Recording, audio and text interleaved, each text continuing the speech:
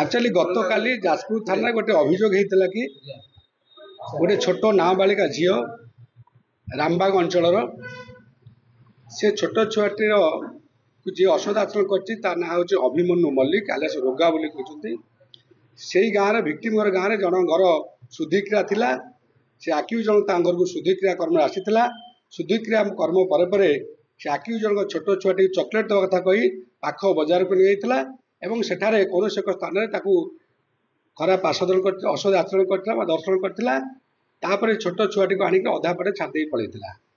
पड़ला से छोट छुआटी घरे कांदी कांदी पहुँचला ता माँ बापा छोट छुआ ठार डिटेल्स कथा शुणी सारापर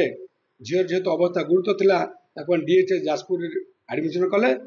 सब्सिक्वेंटली से आनी जाजपुर थाना अभियोग कर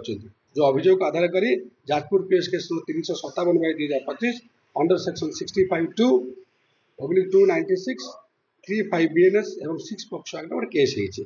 से केस अधिक तदंत जना पड़ा घटना पूर्ण सत्यासत्य अच्छी और से इनवल्व आक्यूज अच्छी रोगा आलियास अभिमन्यु मल्लिक ताको आम गिरफ कर गतकाली केस इमिडिएट जस्ट पर आम तो गिरफ कर सक्षम होइछु आज तार मेडिकल एक्जामिनेशन करा भिक्टिम आम 163 BNS कोर्ट रेकर्डिंग करूँ सब कम सरला आज आ केस को आम कोर्ट पार कर